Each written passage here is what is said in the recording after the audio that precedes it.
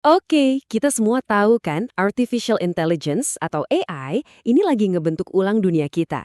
Tapi, pernah kepikiran nggak sih siapa yang bikin aturan mainnya?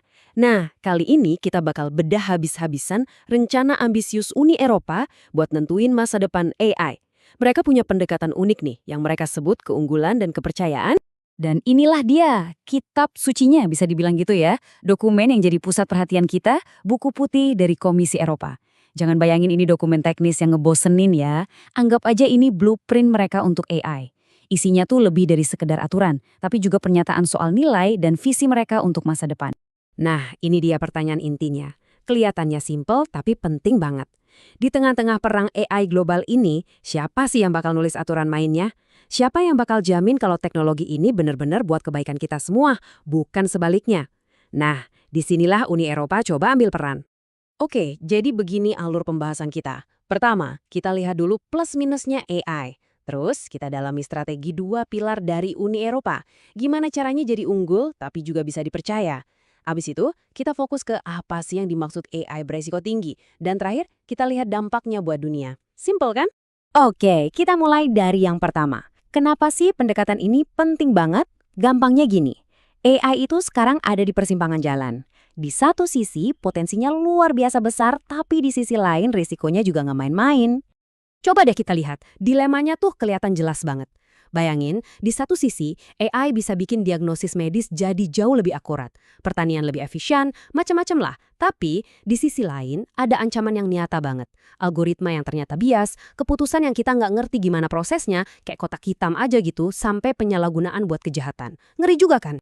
Terus, gimana dong cara Uni Eropa ngadepin dilema ini? Apa mereka pilih salah satu? Ternyata enggak.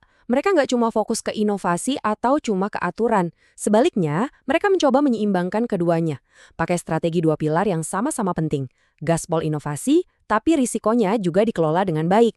Yuk, kita bahas pilar yang pertama, membangun ekosistem keunggulan. Gampangnya, Eropa itu nggak mau cuma jadi penonton atau konsumen teknologi AI aja. Mereka mau jadi pemain utama, jadi pencipta, jadi pemimpin global. Dan buat nunjukin keseriusan mereka, lihat aja angkanya. Nggak main-main, 20 miliar euro. Dan itu setiap tahun. Targetnya segitu untuk investasi publik dan swasta. Ini sinyal yang super jelas, Eropa bener-bener serius buat bersaing di panggung AI dunia. Nah, duit segede itu mau diapain aja? Rencananya udah jelas banget. Pertama, gabungin dana pemerintah dan swasta. Kedua, fokus riset di pusat-pusat penelitian kelas dunia. Ketiga, cetak talenta-talenta AI baru dan tingkatkan skill yang udah ada. Dan yang keempat, ini penting, mastiin bisnis kecil dan menengah atau UKM juga kebagian kuenya, biar nggak ketinggalan revolusi AI. Oke, jadi unggul di teknologi itu penting. Tapi kalau teknologinya canggih tapi nggak ada yang percaya, ya buat apa? Nah, disinilah pilar kedua berperan.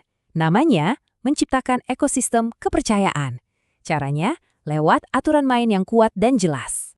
Fondasi dari kepercayaan ini tuh ada 7 syarat utama. Ini bukan asal-asalan loh, tapi hasil pemikiran para ahli di Uni Eropa.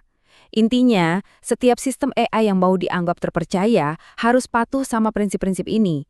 Mulai dari harus selalu ada campur tangan manusia, sampai harus ada yang tanggung jawab kalau ada apa-apa. Bisa dibilang, ini adalah nilai-nilai Eropa yang diterjemahkan jadi aturan teknologi. Oke, sekarang kita masuk ke bagian paling intinya nih dari aturan main ini. Uni Eropa tuh pinter, mereka nggak pukul rata semua AI. Nggak semua diatur dengan cara yang sama. Pendekatan mereka itu berbasis risiko. Jadi fokus utamanya cuma ke aplikasi-aplikasi yang dianggap berisiko tinggi. Terus, apa sih AI berisiko tinggi itu? Nah, ini kuncinya. Simple banget sebetulnya. Ini bukan soal teknologinya canggih atau enggak, tapi soal konteks, soal cara pakainya. Jadi yang penting itu di mana AI-nya dipakai dan bagaimana AI itu dipakai. Jadi ada tes dua bagian, gampangannya gitu, buat nentuin sesuatu itu berisiko tinggi atau enggak.